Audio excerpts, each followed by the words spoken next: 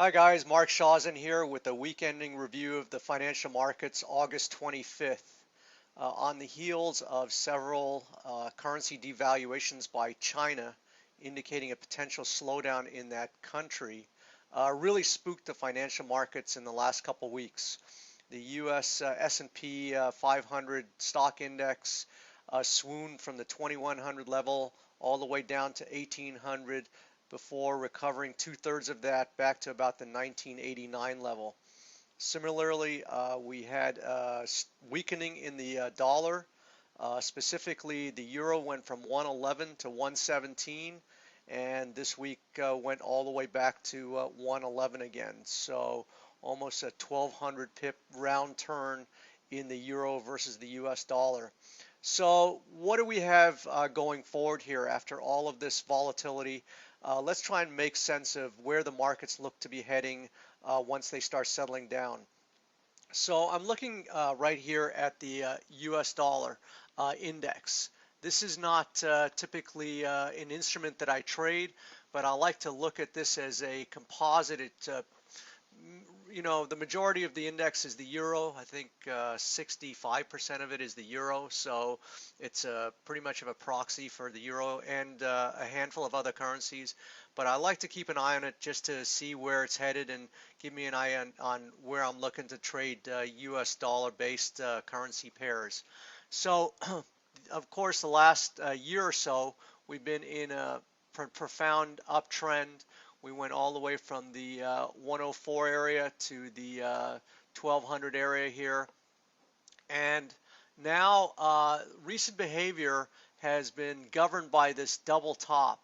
And I wasn't sure whether this would be the overall top in this market or what was going to happen. But, when this started rolling over, I thought that, we could have the potential for a dramatic reversal in the dollar. But this week's events have crystallized for me where the US dollar seems to be headed. So instead of focusing on this double top over here, what I'm seeing now is this double bottom coupled with this key reversal. So last week we had a tremendous sell-off in the dollar index, and as you can see, it reversed course by the end of the week and settled very close to the high on a very large range day. So like I always say, the market points to where it wants to go. In this instance, the way this closed, this is definitively pointing higher. So I do expect that the dollar will start trending higher, will resume its uptrend over the last 12-15 months.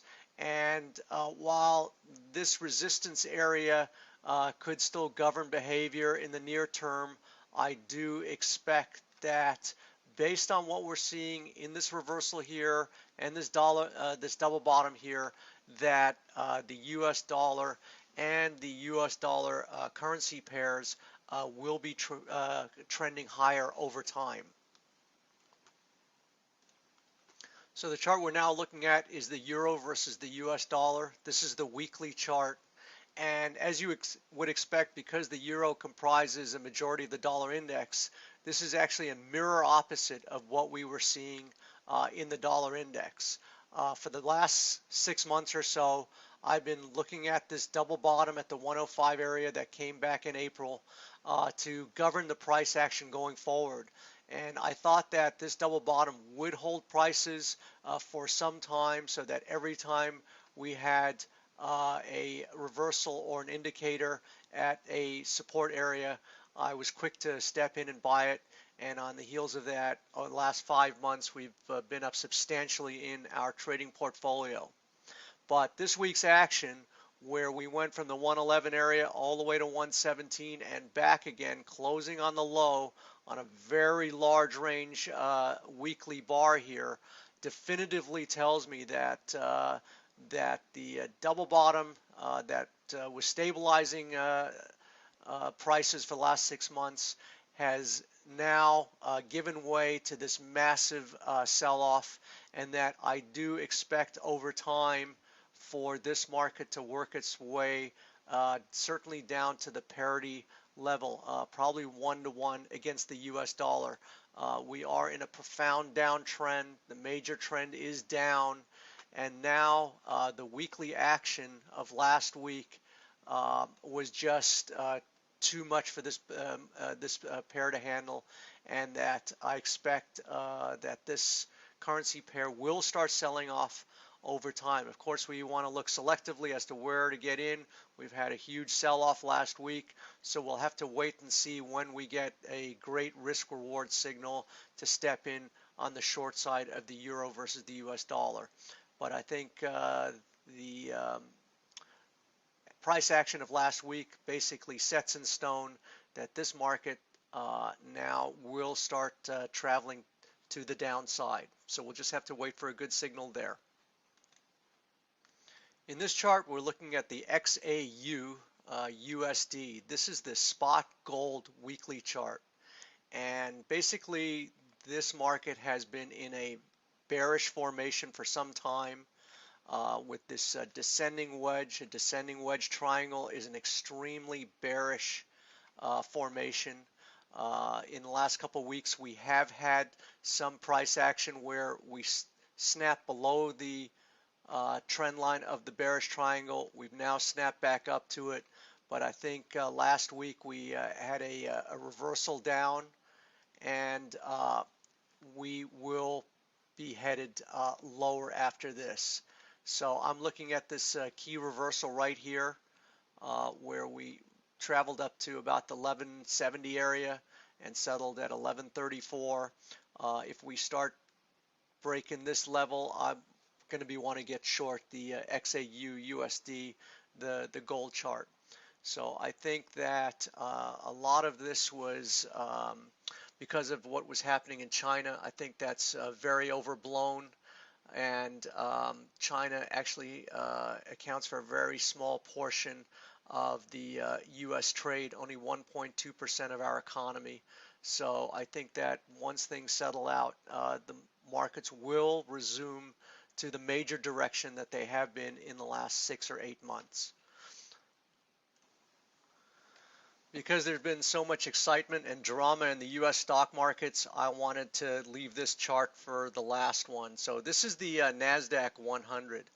And the reason I haven't focused on the S&P 500 or the Dow Jones was that in late July, actually in July 25th, we issued a sell recommendation in the Nasdaq right on this day here.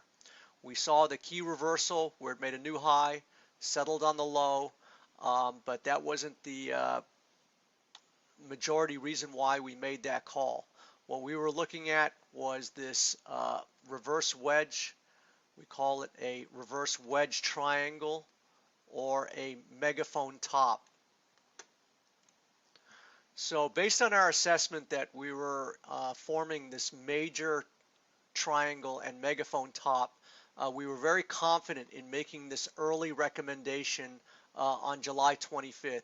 We did at that time say that it was premature and that this reverse wedge would not be fully formed until it actually came back to the horizontal line here at or about the 4,300 level.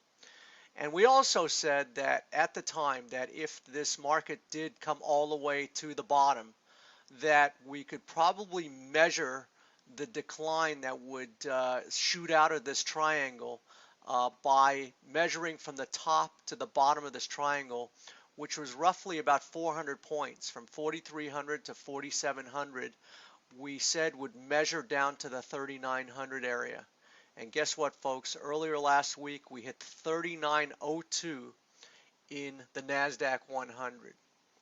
Now, I also went on to say that the reverse wedge triangle has a very high failure rate, that it is known for once the market breaks out to the downside, which we thought it would, that it is very unreliable and that its failure rate is very high, and that you could see this market actually reverse from this. And that's exactly what we saw last week. So based on our knowledge of this triangle, we actually started buying on Wednesday of last week when we saw this market start turning around. We did make an initial buy recommendation here, and we said that the formal buy recommendation won't be until it cracks the 43 or 43.50 area, or this neckline right here. So on Friday we came right up to it, and we wouldn't be surprised to see a couple of different touches. So my feeling is that we could come off here, come back here, and then on the third touch, if it goes through, then folks, this is going to be good to go on the upside. So we're going to keep our eyes peeled as to the price action in the Nasdaq 100. We still do have a long recommendation on there with a sell limit at around 43.75, which is just a few ticks higher than where we are here.